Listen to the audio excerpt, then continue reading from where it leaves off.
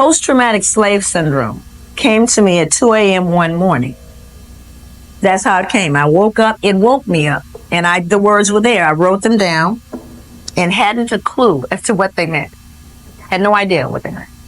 But I knew that it was important, and I knew it was real, and that's where my journey began. If you're familiar with Dr. Nichols, you know that the axiology for the African and the Latino is man or member to man. The highest value lies in the relationship between people. The highest value lies in the relationship between people. It is the highest standard of reality for this particular group. And thus the notion of slavery had a profound impact upon this group. Because what slavery did was categorically, completely destroy relationships. That's what its intent was. That was the purpose of it.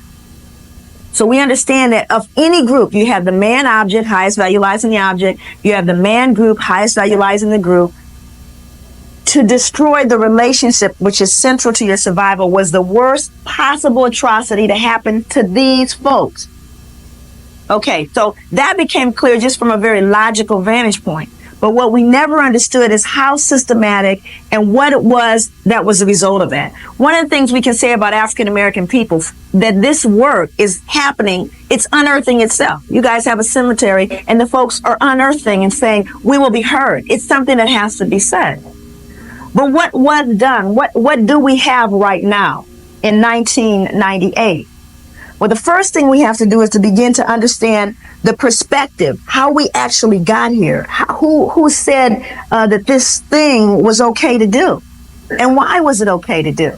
And the first thing we have to understand is that in order for one group of people to oppress on the level that they oppress African American and then go to church. Because see, you were able to do all that and then you had to go to church, right? So the same man that beat people and raped them and had his way with the women would go to church. And the only way you could do that is to make people understand that they weren't like me. This is someone that is not human, that's less than me. So I started doing a great deal of research into slave culture, into the whole notion of how that happened.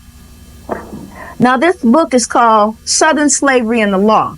I want you to see how thick it is. See how thick that book is?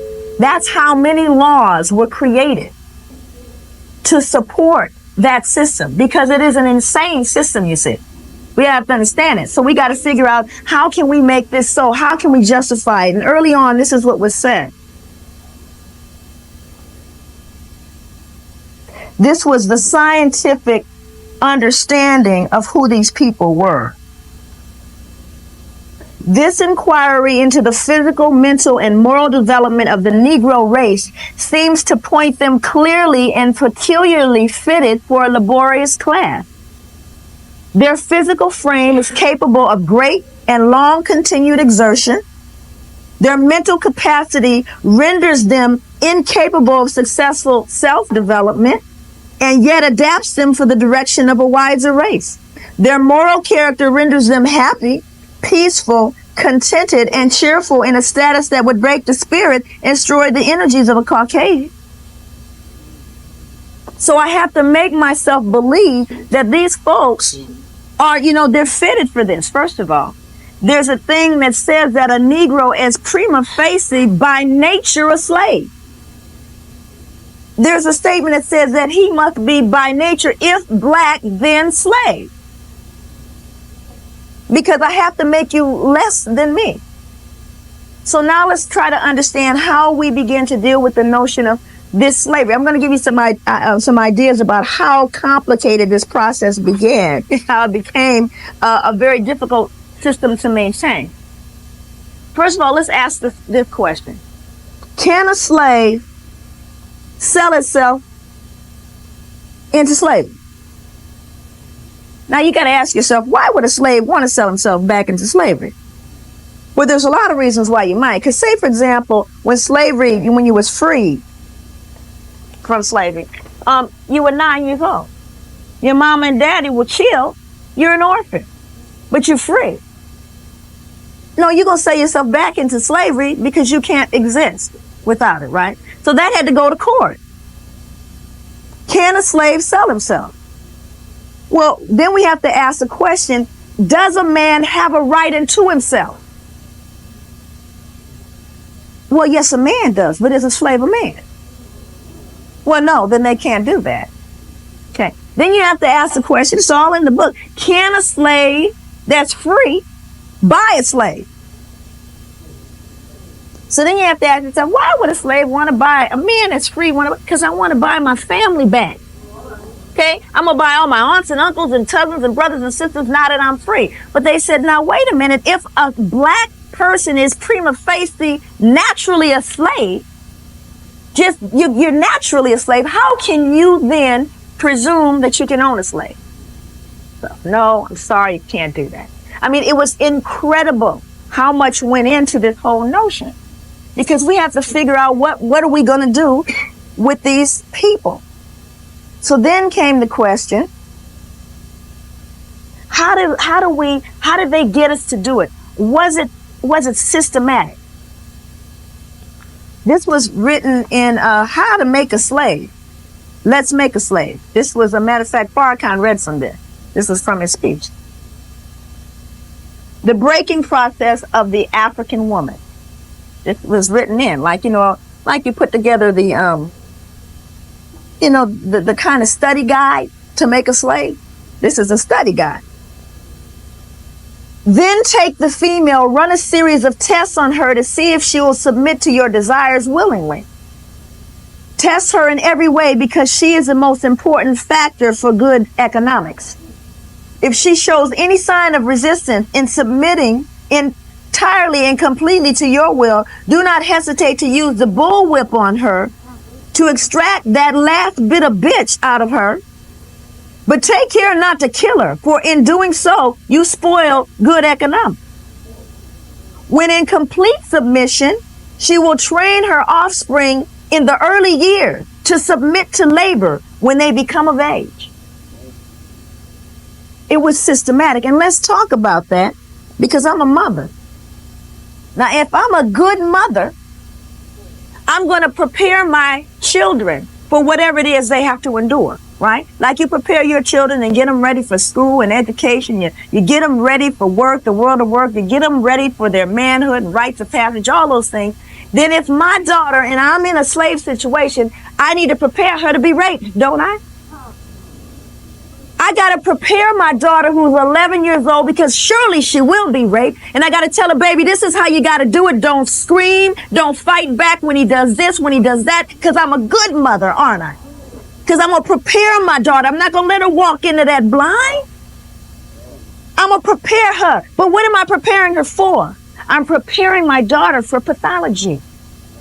I'm preparing her for a sick thing. But I'm a good mother, and I got to do that. And now we have to understand the nature of what that does to someone. What does that do to the mother? What does that do to the father who has been forever made an adolescent? Because you see, you're never going to be a man, because you're always going to belong to the master. So you never, ever, and thus you have the notion of boy. Because you really have no adult role. No one ever understood that as it related to that relationship of family. I lost my role because I became eternally a boy. So one of the things that we began to look at is no one has ever measured that, you see. No one's ever measured that level of those stressors. So that's where my interest began. I started to look at that, and then you go to see Amistad, And then white people who never knew. When I came out the show, I saw Amistad in 3 different states, and I brought people, and I just really went for the purposes of observing the audience. I wanted to see the response to the movie. Every single time, I was in Florida once, I was in Portland, I was all over the place, saw Amistad, just to see what people's response was. And it was very similar to that of Schindler's List. People were just silent. Nothing. Nobody said a word. Movie was over, credits rolled. White people were sobbing in their seats. you know. So I go to the ladies' room. I'm in the ladies' room. Everybody, in line. Nobody said a word. White people are very comfortable. My goodness, I didn't know. How come we didn't know anything about that? I had no idea that happened. And I just, it's amazing. Why? Why? And I said, because I'm in the bathroom, I can't help myself. I said, well, if you understand why you didn't know, because see, if that had been a white man, like they said in the movie, he would be so heavily robed with jewels and, he'd have a day, of recognition. I said he would be a hero, but it was a black man, you see. That's why it was so. And she says, but, well, in the final analysis, it was amazing. In the final, they did at least, And so everybody in the bathroom turned around and looked at it. Right? It's like, don't you even go there. Don't you even try, And then she sees, the woman sees a friend of hers in the line, and she goes, gosh, did you know anything about this kind of thing? Dorothy, or whatever your name is. And the woman goes, my son's name is St.K. And she just looked at her. Did I know my son's name is St.K.? I said to her, you don't know for the same reason all of America doesn't know. This is something we don't want to believe.